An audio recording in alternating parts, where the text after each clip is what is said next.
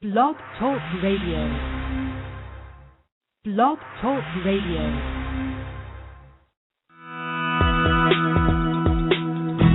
Welcome to Franchise Interviews. For over 6 years, Franchise Interviews has been giving an up-close, behind-the-scenes look at franchising and entrepreneurship. Listen to interviews with franchisers, franchisees, franchise authors, franchise experts, and attorneys. And now, welcome your host, Marty McDermott, and Franchise Interviews.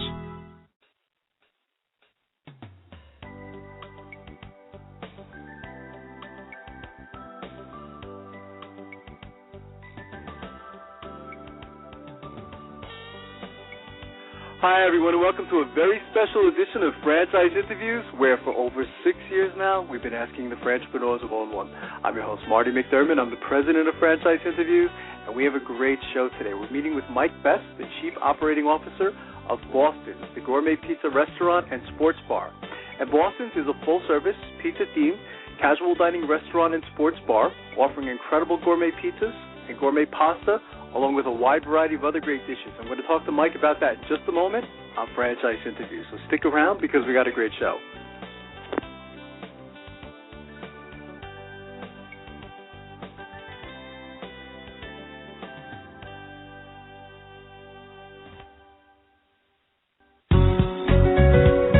Are you looking for a franchise that delivers?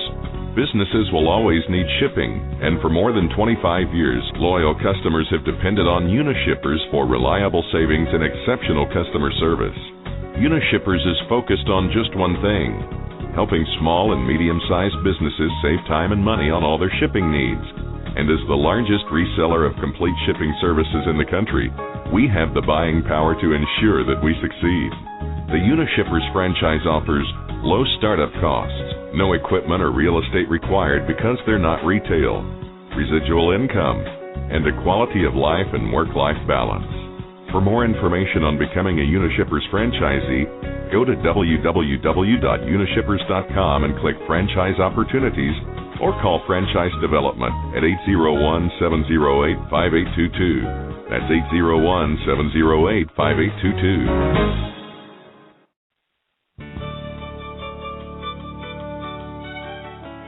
Are you one of those special people who are willing to go after your dreams and goals?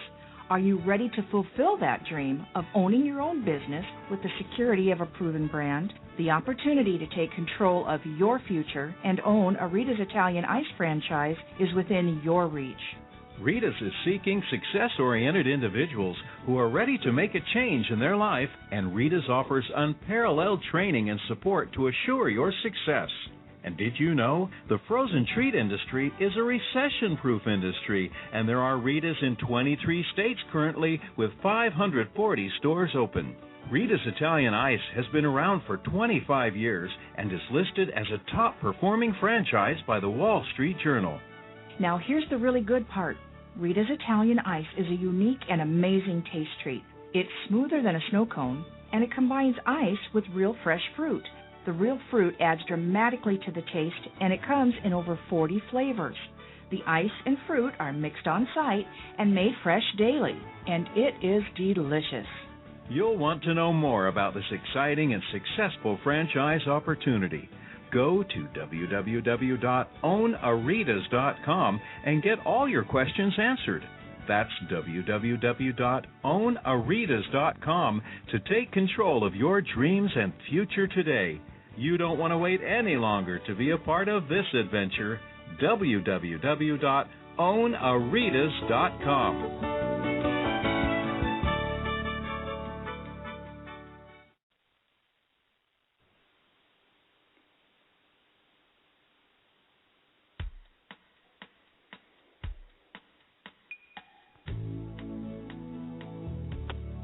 Hi, everyone, and welcome back to a very special edition of Franchise Interviews, where for over 6 years now, we've been asking the entrepreneurs of all in one.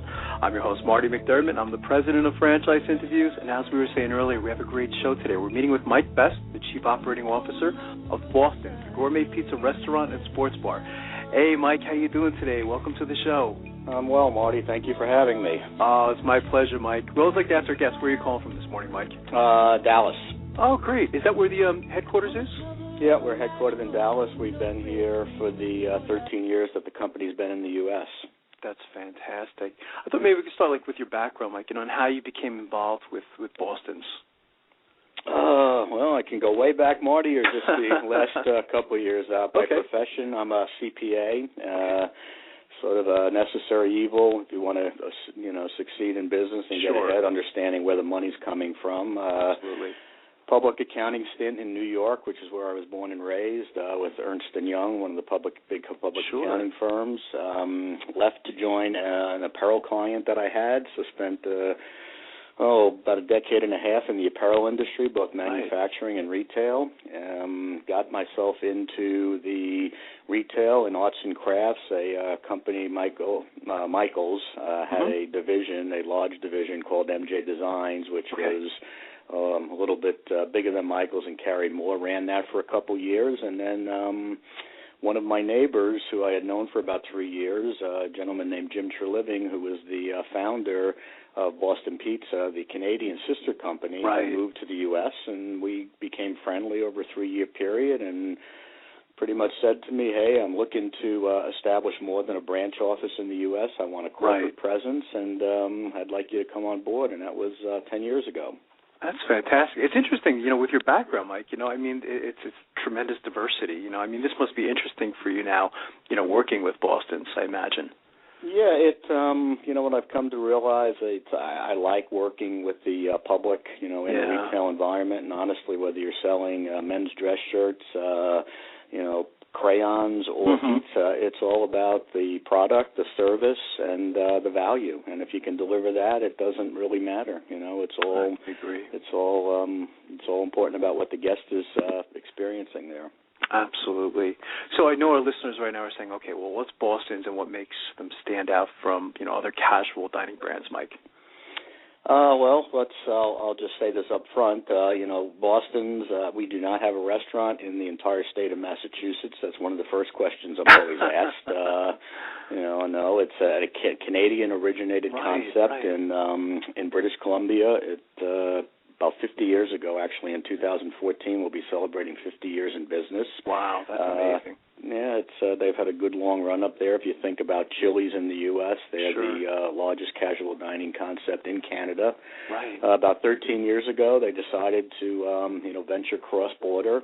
A lot of Canadian franchisees who did not have availability for territory in Canada decided, I winter in the Phoenix area. It would be nice if I had a Boston Pizza. And that's what started the progression there cross-border. And the name is different. It's Boston Pizza in Canada. Boston's the Gourmet Pizza here in the U.S. And the first store opened in Tempe, Arizona 13 and a half years ago, and we've been building it ever since then. What's different? I really think the thing that sets us apart is, first of all, people hear pizza, they think, a pizza joint. Well, we're 6,400 square feet under roof, and we have anywhere from an 800 to a 1,200 square foot patio added to it. So we'll sit on average 278 people in our restaurant. So it's not a pizza joint. The important thing about it is the brand was developed with pretty much two concepts under one roof. We have a casual dining, family restaurant on one side, and then a full sports bar on the other side. Square footage-wise, about 35% of the building is dedicated to the sports bar, and 65% is dedicated to the restaurant. And each component, Marty, pretty much if you took the building, split it in half, moved the bar down the street and left the restaurant where it was, they could be, successful on their own right. And, we believe that is a real big competitive advantage.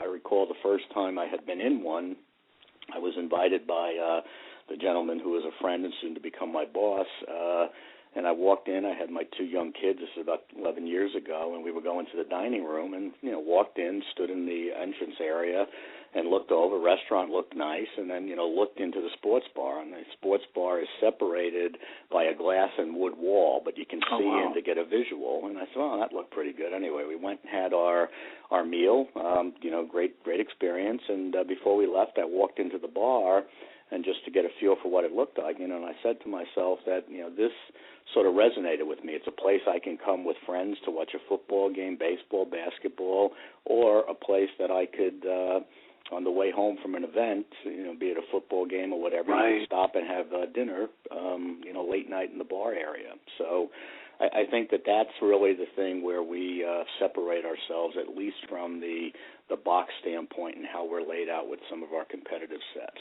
Now, I will tell you, a lot of competitors in the mainstream casual dining are paying a lot more attention these days to their bar. It's no longer become a waiting area for guests going to the dining room. So, it's everybody wants a little piece of what everybody else is doing these days. Of course. Oh, absolutely. And it was interesting when I was researching you, Mike, in Boston's. I mean, it really is an experience too, isn't it? I mean, that's what I got out of the research, is that, like you said, not just pizza, but and it's multiple experiences that you can get from this type of franchise, couldn't you? Yeah, absolutely. I mean, our menu, we have 91 menu items. Approximately 40 of those are pizza pasta. I mean, we are pizza, themed, okay, but we do have the traditional, casual dining plus there, burgers, ribs, salads, sandwiches, to be able to, attract that guest, and not have a veto vote. I mean, worst thing you could do is, I don't feel like pizza today. Well, you know what? We're just not pizza.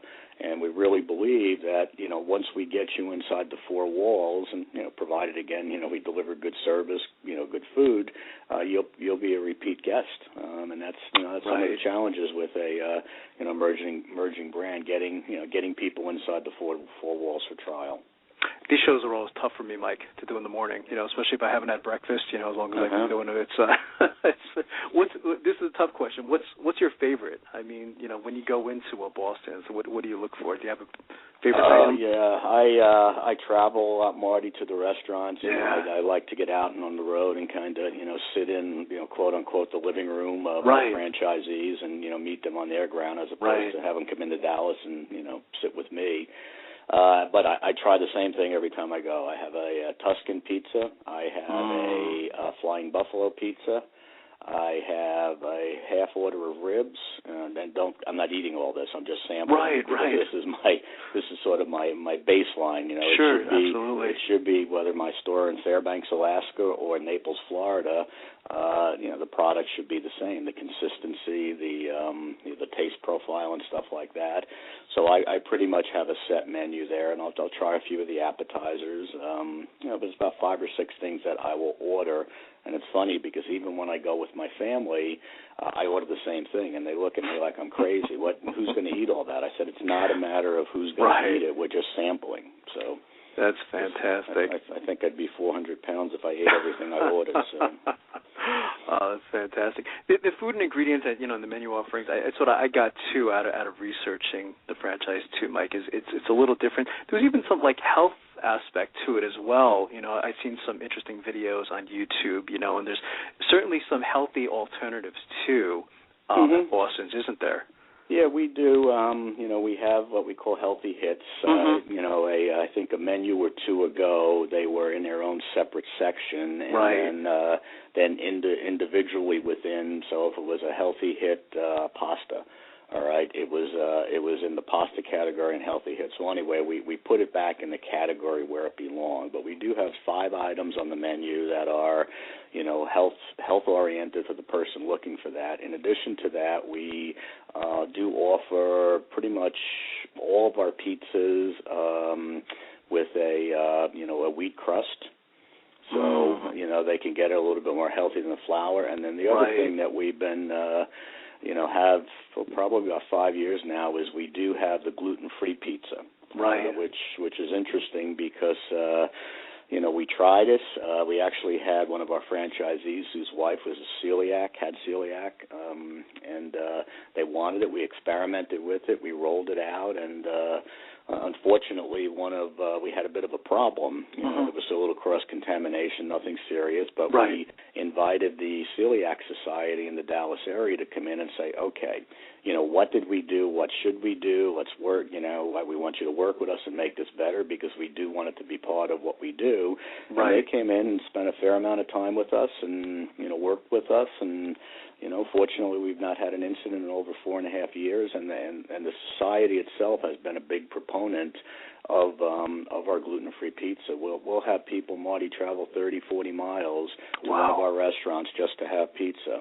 And then we've added a gluten-free beer, and we're working on pasta, but that's a little bit tricky at this point. So we do offer things for different individuals, either the health conscious or people because of dietary restrictions, need to do certain things. So I would want to hear stories like that too, Mike, of how you get ideas from the franchisees. There's a lot of famous stories out there, like the fillet of fish with McDonald's, and I think that's great. I think it's, of course, and it says a lot about your franchise as well, is being willing to, take ideas from the franchisees. Yeah, we listen. I established about 8 years ago a franchisee advisory council, and we meet twice a year and come in and share ideas. And what I've said to the different members over the years, because we do rotate off on a 2-year basis, is hey, we will listen to anything said. I cannot guarantee you that we will enact everything said. Right, of course. But what we'll do is you'll hear back from me personally as to why we don't think we can do it, and that's really worked out well. I mean, being a purely a franchisor, we have 44 stores that I operate out of the Dallas office, which encompasses the continental U.S., Alaska, Hawaii, Mexico, Central America, and South America. We're not past Mexico yet, but heading south. That's great. But we listen to what the people will have to say, and pretty much with 4 of the stores being housed, corporate stores, I mean, we see a lot, but we don't see everything. And the ideas that come from the field, are really ground level. It's what people are experiencing, and it could be anywhere from steps of service to kitchen procedures to trying different products. And, we've been very open in what we've, heard and ultimately get and put things on the menu. So it's the only way it works in a franchise system is collaborative. You've got to have that give and take. Obviously, the franchisor, has the final decision, but, we're all here to be successful. The more successful my franchisees are, the more successful I am. So you can't lose with that formula. Exactly. I totally agree. What characteristics do you look for in the franchisees, Mike? And, maybe what were some of them doing in their past lives before they became franchisees to Boston's? Well, we do still have a fair number of Canadian franchisees who come across the border and continue to operate. So they pretty much came out of the system in Canada, which is pretty close to ours. We do have a lot of mom and pops, people who are, I was a general manager at another dining concept. I've saved some dollars. I want to have my own. We have 44 locations in the U.S. and Mexico, and I have 32 different franchisee groups. Wow. So, you can do the math and say I don't have a lot of big multi-unit people.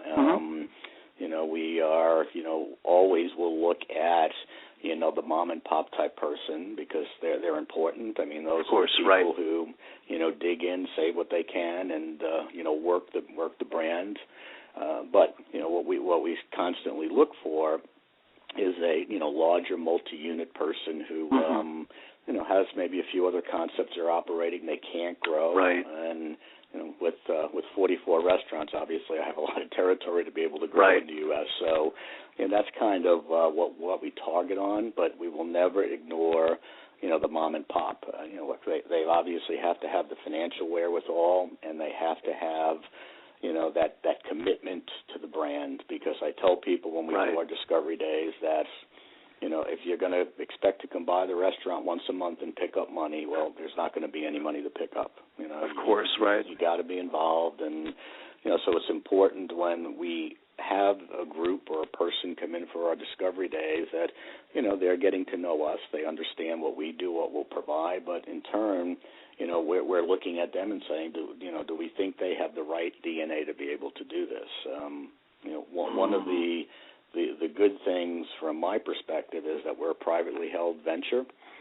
Yes, we want to open units, but there's no, if you don't open 8 to 10, Wall Street's going to be upset and you get fired type of thing. So it's very important that we, pick the right partner, open restaurants that are going to be successful and additive to our brand, because the best person to stand up and say what we can do is our franchisee community. Absolutely. So it's important in picking those people. That's well said. What is Boston's growth strategy then, Mike? I mean, if you look 3 to 5 years down the road. Yeah, we look like everybody else, Marty. The last 3.5 years have been just extremely difficult. Absolutely, we've had some closures. Of course. Honestly, I probably could have written down on the list the stores that would have closed before they closed, because you could just see certain things out there. But with the economy the way it was, it just emphasized that a little bit more. Yeah. So the growth over the last 3.5 years was extremely low. We were opening 10 to 12 restaurants a year for about 3 years, and then we hit 2008, and not good, 9, 10, 11, so 12. Last year wasn't a bad year. This year, 13, we're going to open 7 restaurants, which is, more than we've opened in the last 2.5 years combined. Right.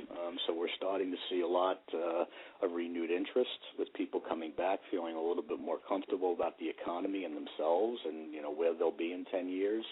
What we're looking to do, though, as I mentioned, 44 restaurants, 4 of which are in Mexico, 40 in the U.S., and I'm in 23 states. Right. So you look at that and you say, well, how did that happen? It's like a shotgun approach. And, to some extent it happened because we met good people that could do it, and we believed in them. And with a distribution partner like a Cisco who can go virtually anywhere in the U.S., it sort of doesn't matter except for branding. That really becomes the issue in the one-off location. So what we've been focusing on for the last year and a half is really backfilling to get economies of scale in some of the markets where we have concentration. And in particular to us, over the last 3.5 years, the Texas market, Florida, surprisingly, and the Mid-Atlantic states, Maryland specifically, perform quite well. So we've really been looking to add units around those existing ones we have, and this year we'll be adding 2 more in Maryland. So wow, that's interesting. We kind of want to backfill and be able to get the brand out a little bit more than we are able to do right now, because we have limited marketing dollars, and we just need to be able to amp that up a little bit. So there must be some adjustment too, I guess, Mike, right? In the different states, as you said, there must be some surprises, or I guess, is there a learning adjustment when you're going into new markets? Yeah. I mean, it's not so much from the competition. I mean, we obviously during the site selection process, Marty, understand who's out there, who we'll be up against, and we do know, based upon our history against some of these people, if they're doing X dollars, we will do this amount. That type of thing. So no, not really surprised with that. The permitting process, the licensing process, that's always interesting. We have, an attorney that, pretty much if we're going into a state and/or a county and/or a city that we've not done business with before, we will go out preliminarily and say, all right, here's all the things that, need to get accomplished from a permitting standpoint. But inevitably, you find out that, well, we didn't know there needed to be 2 health inspections or something like that. Right. So, that seems to be the big surprise. We built our building many times. We really don't have a problem with the construction process, and unless of course it's weather related, that always can come into play. But no, we do our homework up front, and quite frankly, when we start talking to a prospective candidate, and by the time they come in for a discovery day, we're pretty much able to give them an overview of the things that need to happen mechanically. The liquor license process is this. Your health permit is this. You need a county one. You need a city one. Whatever it might be. So no, we don't find many operational surprises, but the permitting process is usually interesting in most places. I imagine that's interesting. What about the Mexican market? That must have been interesting too. I understand you've had some success in that area too. Yeah, we have. Excuse me one minute. Sorry, I'm just getting over the cold here. We had one store in Mexico for 8 years. Right. And it just it was out there, it did well, and we really didn't pay much attention to it because we were looking at the U.S. market. Right. As things started to go on a downcline 3.5 years ago in the U.S., the Mexican market was showing some signs of life. And yes, I know there's all the drugs and the murders and all that stuff going on there, but Mexico's a big country, and there's places that are absolutely beautiful and and are worthwhile looking at. And we had our original franchisee group were great partners, and we ended up working with them to find some other people. And 3 years ago we built our second. 2 years ago we built our third, and this past year we built our fourth. And I'm happy to say this year I've got 3 stores under construction. So wow, that's fantastic. Yeah, I'll have 7, and I do spend a lot of time down there simply because in Dallas I can be almost anywhere in Mexico in 2.5 to 3 hours. So that's fantastic. And it's a conscious decision. We have been approached by a group to want to become master franchisor down there, and we said, you know what? No, we still want to control it. It's not as if you're looking to open restaurants in India or something, which, quite frankly, that would make sense. But it's been a very good process. We're building, absolutely the first one we did of this size scared the living daylights out of me, Marty. But we're building almost 9,000 square foot restaurants down there. That's amazing. Yeah, that's fantastic. Just huge, but it's resonated quite well, and we've had a huge amount of success there. So it's something that's continuing to grow and gain momentum, and obviously we'll take advantage of that while we can and continue to push the U.S. market the way we want to. That's great. You were talking about the discovery day, Mike, and what happens when you decided as a match, they want to go forward with you guys, you like them. What's the training typically like? Do they come to the headquarters where you guys are in Texas? How does that work? Well, there's pre-2009 and then there's post-2009. Okay. Pre-2009, pretty much by the time somebody came in for Discovery Day, it was almost a validation, and within 30 to 45 days a franchise agreement or an area development agreement would be signed. What's sort of happened now is that they'll come in, but there's still certainty that they want. Like, for example, the site that I like is approvable, or the area that I'm looking in, there will be a site to be approvable. Now, in the past, pre-2009, we would not make a road trip to visit a site unless they were a franchisee. Well, that has changed. I mean, we will go out in advance, look, and give them assurances that, hey, there is a location that makes sense here. The second part of that has prolonged it really has been the financing issue. I mean, financing has been an absolute bear. In the past, they'd come in, they'd have a site, things would get signed, and then they'd work on financing. Well, today, and quite frankly, as much as I may not like this, if I'm in the shoes of a prospective franchisee, I'm doing the same thing myself. I want to know that I can get this financed, and that process is anywhere, Marty, from 3 to 5 months, and in some cases doesn't end up happening. And as you probably well know, time is not a friend of deals. The longer it takes, the less likelihood it is to close. So that element has creeped into the process. But once the agreement is signed, the group will have, we require the general manager and the kitchen manager come to Dallas for a 6-week training course, and then we strongly encourage the owner, all right? And usually they're not going to be the general manager. They're going to be the sort of operating partner. They'll come in, in some cases, some of them have come in for the full training, which is great. I mean, those are the people who will be very successful.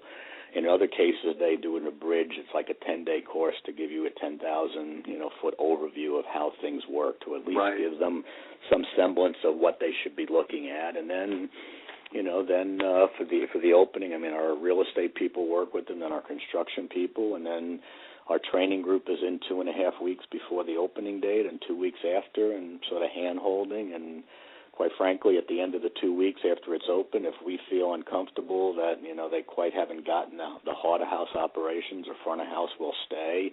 Okay. Or if the franchisee says, you know what, I'd like a little more training, and if I have the availability of personnel, I will keep them on the ground, because our goal is that when we leave, you've got us. That's really important. So, what do you look for in the location, Mike? I mean, what is, I hate to use the word like ideal location for a Boston's, but what do you typically look for? Well, I'll this usually gets me in trouble with my real estate people here, but I from my standpoint, Marty, look, real estate is important. There's no doubt, but I'm a firm believer in the operator, because we can go out, we can find you an A-plus site. Yeah, all right, we put a mediocre operator in, I got a B location. That's Conversely, I find a B site, I put a good operator in. All right, maybe it's not A-plus, but it's A-minus. So, the real estate people don't like to hear that. But of course, they always want the prime, They want the prime. The front pad site in front of a big box retailer, that's what they salivate over. Of course, So, obviously we look for those type of locations also. We were fairly adamant about, building, ground up 6,400 plus square foot stores. I mean, I'll tell you, they're quite expensive, Marty, and with the economy the way it's been, even though it's getting better, I'm still reluctant to, go forward on those type of things. Now, if somebody has land and they've had it and they want to do it, great. But really what we've started looking at is, conversion opportunities. Clearly, there have been a lot of them out there. A lot of sites have become available, not because the site was bad, because, either the concept was bad and or there was financial difficulties with the ownership group. So we look at those and convert them, because they are cheaper to do, and obviously, if it's cheaper to build and open, it's, your unit economics are completely different from a sales perspective. Right. And then we'll look at end cap properties, we will not do anything sort of in line, but if I can get a three-sided building and get the brand elements in that building that we want, we'll go ahead and do it. So we've done a few of those, and again, the cost to do pretty much a cosmetic exterior and an interior finish out is a lot cheaper than building from the ground up, putting landscaping, parking lots, and all that stuff in. So, we've opened ourselves up to looking at that, and that continues to make sense. So we've been, very flexible with the type of property, but regardless of where that property may be, yes, you want to be on the main road, the main highway, and particularly, your first one in a new market. Just from the branding standpoint. Absolutely, makes sense. What's the best way, Mike, for our listeners to get more information on becoming a franchisee? Any websites they should go to? Any phone numbers they should call? Sure. It's Boston's with an S.com. Okay. And the phone number is area code 972-484-9022. That's fantastic, and it's a great domain name, by the way. Yes. Boston's.com, very easy to remember. Very easy to remember. Yeah. That's fantastic, and I've enjoyed talking to you, Mike. And I really want to invite you back next year as you guys continue to grow. I'm going to be following you. No, we can give you a follow-up there, Marty. I appreciate you taking the time, and I look forward to hearing the broadcast. My pleasure, Mike. Talk to you soon, and we'll be right back with more franchise interviews.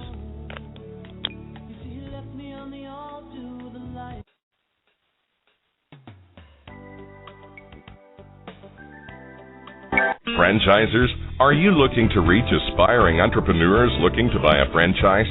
Are you looking to reach a highly educated audience on franchising? For over 4 years, Franchise Interviews has been giving an up-close, behind-the-scenes look at franchising and entrepreneurship through our website, franchiseinterviews.com, where you can hear and read interviews as well as get inside tips from some of the most successful sources in franchising. Check out our weekly franchise radio show, where each week you get to hear a new interview with franchisers, franchisees, franchise authors, franchise experts, and attorneys, and our podcast, Great Quotes in Franchising. Get 3 months of free advertising when you sign up for our 1-year package. For more information, go to franchiseinterviews.com or call us at 610-905-2919. That's 610-905-2919. Need a business loan? Talk to Diamond Financial Services, the experts in franchise financing nationwide. Whether you're looking to start a franchise, acquire an existing franchise, or expand your territory through opening new locations, Diamond Financial stands by your side start to finish. From pre-qualification to packaging and presenting your application to securing a financial commitment and through the loan closing process, Diamond Financial is there. While you're waiting, thousands of others are making their financial dreams come true. Don't wait any longer. Pre-qualify now by completing a confidential, no-obligation financial analysis. Let's face it, traditional banks just aren't in the business of financing small business.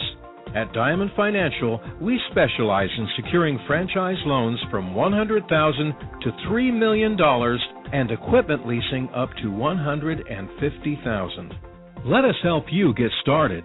Go to www.franchisefunding.net or call 877-508-2274. That's franchisefunding.net, 877-508-2274.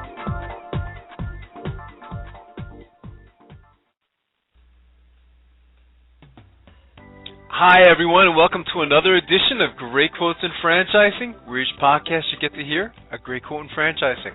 You know, we've been hosting franchise interviews now almost 6 years, and during that time, we've had some incredible quotes on the show. Today, you're going to get to hear from Carol Mercurio, and she talks about a subject that we talk frequently on the show, which is following the franchise system. She gives a lot of great other advice in addition to aspiring entrepreneurs, but I just thought her advice was fantastic. So here we go with Carol Mercurio, franchise consultant. It is, because success means different things to different people. Right. You know, there are people that could be very happy making $40,000, $50,000 a year, and there's others that would just never tolerate that. So you have to pick the right opportunity. It's going to meet not just your personal goals, but your income potential as well. You have to like what you're doing, and most of the time that'll turn into making more money. So. Oh, definitely. And, you know, the truth is that franchising really isn't for everyone. You know, it's, Michael Gerber, you know, one of your guests who is one of my heroes, so to speak. Right. I love his book. I recommend his book all the time. Yeah. And as he says, you know, there's a difference between an entrepreneur and what he calls a technician. Oh, absolutely. So, you know, and we'll go into that if you want to move forward in Sure, slide. Absolutely. We'll go to the next slide, and that's slide 4, Carol says. That's all great, but... Do you have what it takes? And that's really what this presentation will help people do. When I do this presentation live, it takes about 2 hours, and, you know, there are people at the end of the presentation will run to the front door and can't get out fast enough. They're scared to death. Or you have those folks that just linger on because they really want to learn more and educate themselves to see if this is the right fit for them. But there's a lot to figure out, you know, before you actually can pull the trigger and make that decision.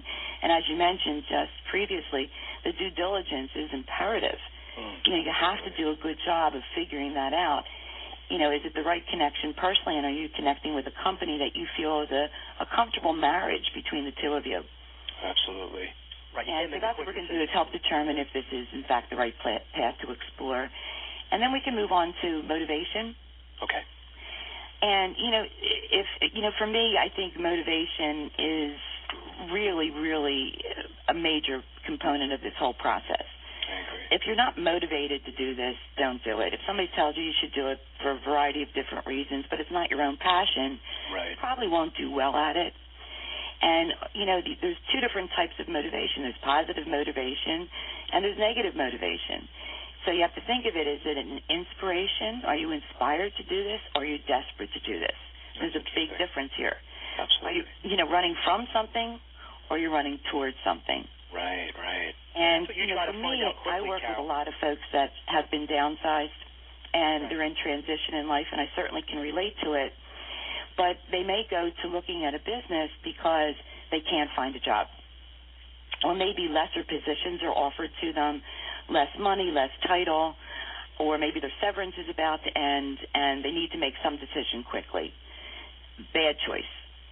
Right. Not a good reason to buy a business. It's like a last resort type of decision. So you can quickly determine part of your services is finding out that motivation level pretty early on. Oh, absolutely. In fact, I won't move forward in our consultation until that candidate can tell me what their reason is. Right. And it's not just because, I want control over my destiny. Who doesn't? Everybody does. That's true. They want to make more money. Who wouldn't? Right, absolutely. It has to go layers deeper than that, or as I look at it, having a burning desire. Or I'll add to that a little pain. If you can't relate to the pain, then there's no reward at the end. Absolutely. And going into business for yourself can be painful. With franchising, of course, it's a little bit easier because you have all the support. But it's still, you're starting a business from scratch. That's and you what have Marty and I to really always want talk it. about. Right. I'm sorry? Right. We always talk about that, that there's no guarantee of success, but if you follow the system, work hard, look at the stats we just went over. I mean, the failure rate's so low. And then with getting the right match, consultation from someone like yourself, and, right. You should be okay. Well, and it's true. And, the systems that are in place with franchising are the major reasons why people gravitate to franchising. But if you're not the personality to follow a system and you're more of that entrepreneur, as Michael Gerber would say, right. The best way to describe it is you can't paint the golden arches green. Right. It just won't work. Absolutely. Either you follow the system and you'll be successful or not. But most importantly, there has to be a motivation. And everyone's motivation is different. The way I help people see things is if you look down the road, say, the next 3-5 years from today, how do you see your life being different, if at all? Right. What do you want to accomplish? And for some people, it might be doing things that they've just missed doing, like having the freedom to play golf or, having the money to buy a boat and taking their family on it and being with their family and having that quality time that they just don't have in their current world. That's interesting. So you consider that positive motivation because that's the whole big picture of success in business, working hard, and then having all that personal stuff on the side. Oh, yeah. What's the end result look like? What is it that you want to accomplish by being in business for yourself? I mean, what is your burning desire? Where is the pain now? I mean, if you look at your current situation today, I'll have people that I'm working with that are making, well over six-figure incomes, and they... Thanks, everyone, for listening.